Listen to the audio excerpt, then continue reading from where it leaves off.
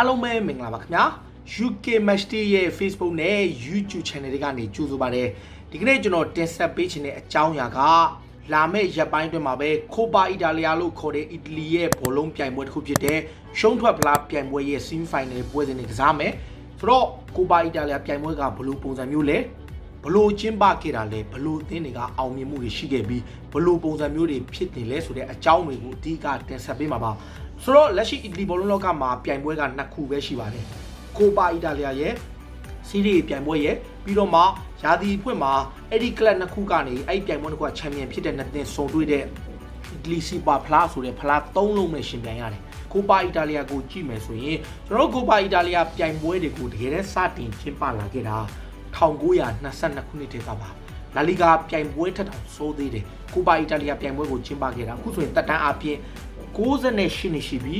ဒါပေမဲ့တကယ်တမ်းကျင်းပခဲ့တာက82နှစ်ပဲရှိတယ်။ဘာကြောင့်လဲဆိုတော့ဒုတိယကမ္ဘာစစ်ဖြစ်တဲ့အချိန်မှာကိုပါအီတာလီယာပြိုင်ပွဲတွေကိုနားခဲ့တဲ့အချိန်တွေလည်းရှိတဲ့အခါမှာတကယ်တမ်းသူတို့ကျင်းပတာ82နှစ်ပဲရှိတယ်။1922ခုနှစ်မှာစတင်ကျင်းပတဲ့အချိန်ပထမဆုံးဘူဆွဲခဲ့တဲ့အသင်းရှိတယ်ဗျ။ Vidara ဆိုတဲ့အသင်းလေးရှိတယ်အဲ့အသင်းကလက်ရှိ Serie D မှာပဲရှိတယ်အဲ့ Serie D မှာရှိတဲ့ကလပ်လေးဟာကိုပါအီတာလီယာပြိုင်ပွဲရဲ့ပထမဆုံးချန်ပီယံအသင်းနောက်ပိုင်းမှာတော့အောင်မြင်မှုတွေမရဘူး Serie D မှာပဲအခု current မှာ Serie D ပေါ့ Serie D ဆိုတာဟိုးအောက်ဆုံးမှာရှိတာ Serie A Serie B Serie C Serie D ပေါ့ဒီလိုအဆင့်တန်းအရန်အောက်ဆုံးမှာရှိတဲ့အသင်းလေးပေါ့ဆိုတော့ကိုပါအီတာလီယာပြိုင်ပွဲကိုပြိုင်ပွဲဝင်အသင်းကစုစုပေါင်းမှာ88သင်းရှိတယ်ကျွန်တော်တို့အင်္ဂလန်မှာဆိုရင်FA ကပြိုင်ပွဲကိုအသင်းပေါင်းရာချီတဲ့ထောင်ချီနီးနီးဝင်ပြိုင်တယ် FA ကရဲ့ထူးခြားချက်ဟာပြိုင်ပွဲတွေအသင်းတွေအားလုံးကိုဝင်ပေးတယ်အပျော်တန်းကလပ်ကနေ professional league အဆင့်တန်းလိုက်ကိုမူပြီး Premier League ထိပြိုင်ပွဲအသင်းတွေအများကြီးပါတဲ့ကလပ်ဒါကြောင့်တစ်ခါလေကြာရင်တွေ့လား non league ကလပ်တွေဟာ quarter final semi final ရောက်ခဲ့တဲ့အဆင့်လား Giant K လာပုံစံရှိတယ်ဒါပေမဲ့အီတလီကျတော့အလုံးမဟုတ်ဘူးအပျော်တန်းကလပ်တွေကိုမပါဘဲနဲ့ကိုပါအီတာလီယာပြိုင်ပွဲကို Serie D အဆင့်ကနေစပြီးတော့ Serie D Serie C Serie B Serie A ဆိုပြီး league ၄ခုကနေသွားတယ်ကိုပါအီတာလီယာပြိုင်ပွဲမှာချန်ပီယံဖြစ်တဲ့အသင်းကလာမယ့်နှစ်ရဲ့Europa League လို့ခေါ်တဲ့ဥရောပပြိုင်ပွဲရဲ့ဒုတိယဒန်းစားပြိုင်ပွဲရဲ့အုပ်စုဆင့် Group Stage ကိုတိုက်ရိုက်ဝင်ခွင့်ရမယ်။ပြီးရင်ကိုပါအီတာလီယာပြိုင်ပွဲရဲ့စုကြီးအတိုင်းအတာကတော့အဲ့လောက်ကြီးတော့မပေးဘူး။ဘာကြောင့်လဲဆိုတော့ကျွန်တော်တို့ပြည်တွင်းစုဖလားတွေ La Liga, Serie A, Bundesliga စုဖလားတွေအားလုံး Premier League ကလွှဲရင်ကျန်တဲ့ပြိုင်ပွဲတွေရဲ့စုဖလားတွေတန်ကြီးတွေကအဲ့လောက်ကြီးမရှိဘူး။ဆိုတော့ကိုပါအီတာလီယာပြိုင်ပွဲကိုဘယ်လိုပုံစံမျိုးနဲ့ကျင်းပလဲ။ကျွန်တော်ခုနကတော့ပြောလို့ပေါ့88သင်းဝင်ပြိုင်တဲ့အခါမှာသူကပြိုင်ပွဲကိုပုံစံမျိုး2မျိုးလုပ်တယ်ပထမအနေနဲ့ first stage ဟို phase လို့ခေါ်တဲ့ first stage မှာပထမအဆင့်မှာ chase ပွဲတွေကို round 1 round 2 round 3 round 4အဆင့်လိုက်သွားတယ်ဒါဟာပထမအဆင့်မှာပြီးတော့မှဒုတိယအဆင့်မှာရှုံးထွက် quarter semi final ဆိုပြီးတော့လုံးကြီးစကန်တဲ့အချိန်ရှိတယ်ဆိုတာကတချို့အသင်းတွေကရှုံးထွက်မှစရတယ်ရှုံးကလပ်တွေကဟိုးအောက်ဆုံးကစရတယ်ပြောချင်တာက league အဆင့်တန်းနေတဲ့ကလပ်တွေကအောက်ကနေစရတယ်တော့ပထမအဆင့်အခြေစပွဲမှာ Serie D နဲ့ Serie C ကကလပ်အသင်းတွေဝင်ခွင့်ရတယ်38သင်းဝင်ခွင့်ရတယ်ဆိုတော့ Serie D နဲ့ Serie C ကကလပ်အသင်း38သင်းကိုရှုံးထွက်ကန်လိုက်တယ်ကန်ပြီးတော့မှကျွန်တော်ပြောလို့ပေါ့တက်လာတဲ့အသင်း20ရှိမယ်သူတို့ Serie D ကတက်လာတဲ့အသင်းတွေရှိမယ်အဲ့အသင်းတွေအားလုံးရှိမယ်38သင်းပေါ့ Serie D က38သင်းရှိမယ်ပြီးတော့မှ Serie B မှာဒုတိယအဆင့် round 2မှာ Serie B ကအသင်း20ပါလာမယ်Serie B ကအသင်း20ပါအဲ့အသင်း20နဲ့ခုနတက်လာတဲ့အသင်းကိုပြန်ပေါင်းပြီးထပ်ကန်မယ်တတိယအဆင့်ရောက်တဲ့အခါမှာကျွန်တော်ခုနကတော့ပြောသလိုပေါ့ခုနတက်လာတဲ့အသင်းတွေကအသင်း20ရှိမယ်အဲ့အသင်း20နဲ့ Serie A ရဲ့ rank နိုင်တဲ့အသင်း Serie A မှာအဆင့်သတ်မှတ်ချက်1ကနေရှေ့ထွင်းဝင်တဲ့အသင်းတွေအောက်က12 13 14 15 16 Serie B ကတက်လာတဲ့အသင်းတွေပေါင်းပြီးတော့ပြန်ကန်တဲ့အခါမှာ32သင်းနဲ့ကနေ16သင်းပဲကျန်မယ်။ Okay 16သင်းရောက်သွားလို့ရှင်ဒါနောက်ဆုံးအဆင့်ရှုံးထွက်ရဲ့round 4ရောက်သွားပြီအဲ့ round 4မှာ Serie A ကလက်ကျန်8သင်းကမကန်ရသေးဘူးအဲ့16သင်းကိုပဲပြန်ပြီးမဲခွဲပြီးတဲ့အခါမှာ8သင်းထွက်လာအဲ့ဒီခါကျမှ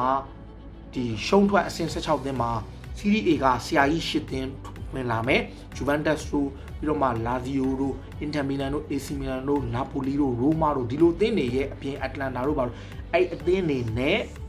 ခုနပြောတဲ့တက်လာတဲ့8သင်းနဲ့ပေါင်းပြီး16သင်းကို round of 16လုပ်မယ်round of 16ကနေ quarter final semi final final ဒီနေရာမှာထူးခြားတာကပြိုင်ပွဲစခဲ့တဲ့ first round ကနေ semi final ပွဲစဉ်မတိုင်မီထိတကြိုတည်းကန်ခဲ့တယ် semi final ရောက်တဲ့အခါကျမှ semi final တက်တဲ့၄သင်းကို နှစ်ကြော့စီနှစ်ပွဲကန်တယ်အိမ်ကွင်းအဝေးကွင်းပုံစံကန်တယ်သူကနည်းနည်းလေးထူးခြားတယ်ဗျာကျွန်တော်တို့ EFL Cup မှာအရင်တော့ကနှစ်ကြော့ကန်တဲ့ပုံစံမျိုး EFL Cup semi final ဆင်းအောင်ရင်ပထမအကြော့ဒုတိယအကြော့ကန်တဲ့ပုံစံလို့ series ဘက်ကလည်းဒီလိုလုပ်ထားတယ်စီပြီးတော့မှ final ကိုတော့တကြော့တည်းကန်ပြီးတော့အဓိကဘူလူပွဲကျင်းပတာကတော့ Olympico လို့ခေါ်တဲ့ရိုမာနဲ့လာဇီယိုရဲ့ရောမမျိုးက Stadio Olimpico ကွင်းကြီးမှာကန်မှာပါဆိုတော့ဒီနေ့ရာသီရဲ့ပွဲစဉ်အနေထားကတော့ကျွန်တော်တို့ Inter Milan ရဲ့ AC Milan ရဲ့ Napoli ရဲ့ Juventus ရဲ့ဒီအသင်းတွေတက်ထားတယ်ဆိုတော့ Coppa Italia ကိုကျွန်တော်တို့1920မှာကျွန်တော်တို့စပြီးချိန်ညာတဲ့အခါမှာ Vado ဆိုတဲ့အသင်းလေးကပိုဆွဲတယ်ကျွန်တော်ခုနပြောလို့ပေါ့ CDD မှာပဲရှိခဲ့တယ်ဒါပေမဲ့1926မှာဒုတိယအကြိမ်ကိုကျင်းပါတယ်အဲ့နောက်ပိုင်းမှာတောက်လျှောက်ကျင်းပလာတာ1935အထိနောက်ပိုင်းမှာတော့အဆင်မပြေပဲမကျင်းပဘဲနဲ့1950ကျော်မှာပြန်ကျင်းပါတယ်ဒုတိယကမ္ဘာစစ်ကာလပြီးမှမကျင်းပနိုင်ပေမဲ့နိုင်ငံကိုရီကာမှာပြန်လုပ်နေရတယ်အဲတုန်းကအီတလီဟာကမ္ဘာစစ်ရဲ့အဓိကနိုင်ငံထဲမှာပါဝင်ခဲ့တယ်ကိုပါအီတာလီပြိုင်ပွဲသမိုင်းတစ်လျှောက်ကိုကြည့်ရင်ဂျူဗန်တက်စ်ကကိုပါအီတာလီပြိုင်ပွဲမှာ73ကြိမ်ချန်ပီယံဖြစ်ထားတယ်လက်ရှိချန်ပီယံကတော့လာဇီယိုအသင်းဂျူဗန်တက်စ်ကတော့အောင်မြင်ဆုံးအသင်းရိုမာကတော့ဒုတိယအောင်မြင်ဆုံးနဲ့9ကြိမ်ချန်ပီယံဖြစ်ထားတယ်ဒါပေမဲ့ဂျူဗန်တက်စ်ဟာသူတို့ပြိုင်ပွဲရဲ့ဘိုလ်ပွဲအဆင့်ကိုသူတို့က18ကြိမ်တက်ထားတယ်ဒါပေမဲ့73ကြိမ်ပို့ဆွဲတယ်ဆိုတော့သူတို့9ကြိမ်ရှုံးထားတယ်ရိုမာကတော့18ချိန်တက်ပြီးတော့9ချိန်ပဲရထားတယ်ဒီနေရာမှာကိုပိုက်တယ်လေးမှာထူးခြားတာရှိတယ်ဗျာချန်ပီယံဖြစ်တဲ့အသင်းဟာအီတလီနိုင်ငံပါတဲ့အလုံးလေးတစ်ခုရှိတယ်ဗျအဲ့ဒါလေးကိုရင်ဘတ်တစ်စိမ့်မှာထားရတယ်ပြီးဒီဘက်ချမ်းမှာသူတို့ကနောက်ထပ်အီတလီက military service ပေါ့အီတလီရဲ့စစ်ဌာန service ကို military ကိုစစ်တပ်ကိုဂုဏ်ပြုထားတဲ့နောက်ထပ်ဖဲပြားလေးတစ်ခုတက်ဒါဟာချန်ပီယံဖြစ်တဲ့အသင်းမှာတက်ခွင့်ရှိတယ်ကျွန်တော်တို့ FA Cup မှာချန်ပီယံဖြစ်တာတို့ကိုပါမှာချန်ပီယံဖြစ်ရင်ဒီလိုသူတို့ကဒီဘက်ဘေးမှာလက်မောင်းတစ်စိပဲတက်ချတာဒါပေမဲ့ဒီလိုချန်ပီယံဖြစ်တဲ့အသင်းကိုတီးတန့်ခုံပြုတာမရှိဘူးချန်ပီယံလိချန်ပီယံဖြစ်ရင်ချန်ပီယံလိ holder ဆိုတဲ့ဟာကပါလို့ကမ္ဘာကလပ်ချန်ပီယံဖြစ်လို့ရှိရင်ဒီလို logo လေးပါတယ်ဗျအဲ့လိုမျိုးကိုပါအီတာလီမှာထူးခြားတယ်ဗျပြိုင်ပွဲသမိုင်းတစ်လျှောက်လုံးမှာပွဲအများဆုံးကစားခဲ့တဲ့ကိုပါအီတာလီကအများဆုံးကစားတာကလက်ရှိအီတလီလက်ရွေးစင်ရဲ့နီးပြဒီ Roberto Mancini ပါ82ပွဲကစားခဲ့တယ်သူဟာ record တင်ထားတယ်သူ့ရဲ့နောက်မှာဒုတိယအများဆုံးကစားတာကျွန်တော်တို့ဘောလုံးပြေးသက်တွေမစိမ့်ခဲ့တဲ့ Roberto Baggio လို့ခေါ်တဲ့ဒီအီတလီရဲ့ခံဝင်တိုက်စစ်မှုကြီးပါသူကတော့65ပွဲရှိပါတယ်ဒါဟာဒုတိယအများဆုံးကစားထားတာဆိုတော့ကိုပါအီတလီပြိုင်ပွဲမှာဂိုးအများဆုံးဘယ်သူသွင်းထားလဲဂိုးအများဆုံးသွင်းထားတဲ့ကစားသမားကတော့ကျွန်တော်တို့အီတလီဘောလုံးလောကမှာအများကြီးပဲဗျAldo Bari ဆိုတဲ့ကစားသမားဗျအရင်တော့က Brescia မှာကစားတယ် Juventus တို့ Inter Milan တို့မှာကစားခဲ့တယ်သူကစုစုပေါင်း56ဂိုးသွင်းတယ်ဒါဟာကိုပါအီတာလီသမိုင်းတစ်လျှောက်မှာအများဆုံးသွင်းတယ်သူတို့ပြိုင်ပွဲစတင်ကျင်းပတဲ့1922ကနေလက်ရှိချိန်ကြီးကိုအီတလီကစားသမားတွေကပို့ပြီးဂိုးပိုသွင်းထားတဲ့အချိန် top 1 to 20မှာနိုင်ငံခြားသားကစားသမား2ယောက်ပဲပါတယ်အဲ့ဒါကဒီဂိုမာရာဒိုနာလို့ခေါ်တဲ့မေဂျောဘောလုံးသမားကြီးအာဂျင်တီးနားရဲ့ခံဝင်ကစားသမားကြီးနဲ့Gabriel Batistuta လို့ခေါ်တဲ့အဒီအာဂျင်တီးနားဘောလုံးသမား2ယောက်ပါမာရာဒိုနာကတော့သူအီတလီမှာကစားခဲ့တဲ့နာပိုလီကာလာတွေမှာစုစုပေါင်း29ဂိုးကိုပါအီတာလီမှာသွင်းထားတယ်ဘာတီစတူတာကတော့ဖရီယိုတီနာတို့ရိုမာတို့မှာကစားတဲ့ကာလာမှာ25ဂိုးသွင်းထားတယ်ဒါဟာကိုပါအီတာလီသမိုင်းတစ်လျှောက်မှာတကယ်ဒိတ်ရဲ့အီတလီကစားသမားတွေထဲမှာဒီဆရာကြီး2ယောက်ပါဝင်ခဲ့တဲ့အနေထားပေါ့ဆိုတော့ကိုပါအီတာလီပြိုင်ပွဲမှာကျွန်တော်တို့အသင်းကြီးတွေအများဆုံးပဲချန်ပီယံဖြစ်တယ်အသင်းကဘိုးဆွဲတာမှာစုစုပေါင်း16သင်းပဲချန်ပီယံဖြစ်ဘူးလား16သင်းထဲမှာကျွန်တော်တို့အသင်းကြီးတွေကတော့ပါတာပေါ့ဒီနေရာမှာကိုပါအီတာလီပြိုင်ပွဲမှာလက်ရှိမှာနောက်ဆုံး၄နှစ်စရိုက်ချန်ပီယံဖြစ်ပြီးတော့မှပြီးခဲ့တဲ့မှာလာဇီယိုချန်ပီယံဖြစ်ပါတယ်ဆိုတော့လာဇီယိုဟာ current champion ပါဒီနေရာမှာကြည့်တာဒုတိယအောင်မြင်ဆုံးဖြစ်တဲ့ရိုမာက2008ခုနှစ်မှာသူတို့နောက်ဆုံးဘိုးဆွဲတယ်ဒါပေမဲ့သူတို့ဘိုးဆွဲတာတော့9ချိန်ရှိပြီပြီးတော့မှဒီနာပိုလီဆိုရင်2014မှာပို့ဆွဲပြီးတော့ AC Milan ဟာအောင်မြင်မှုအတိုင်းအတာနဲ့9ချိန်ပို့ဆွဲထားပြီးမြဲသူတို့နောက်ဆုံးပို့ဆွဲတာ2003ခုနှစ်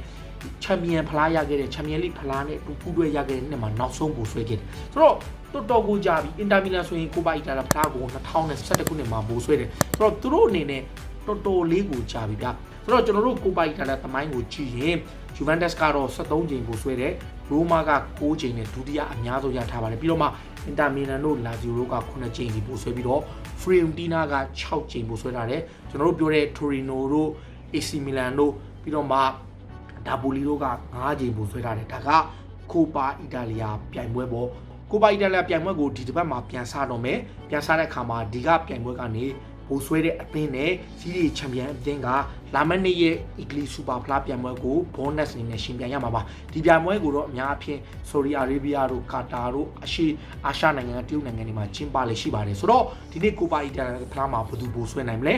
ဘ ဘောလုံးချစ်ပြည်သက်တွေနဲ့ဘယ်လိုမျိုးထင်ကြလဲကိုပါအီတာလီယာပြိုင်ပွဲကရောဘယ်လောက်ထိစိတ်ဝင်စားမှုရှိကြလဲဘောလုံးပြည်သက်တွေနဲ့ကိုမှဝင်ရောက်ပြီးမှတ်ချက်ပေးနိုင်ပါတယ်ခုလိုမျိုးစိတ်ဝင်စားစရာအားကစားသတင်းတွေကိုနားဆင်ကြနေကြည့်ရှင်တော့ UK Match Day ရဲ့ Facebook နဲ့ YouTube Channel တွေကို follow လုပ်ထားကြပါလို့တောင်းဆိုရင်းနဲ့ဒီကနေ့ season ကိုဒီမှာပဲဆုံးသက်ပါစေအားလုံးကိုကျေးဇူးတင်နေတော့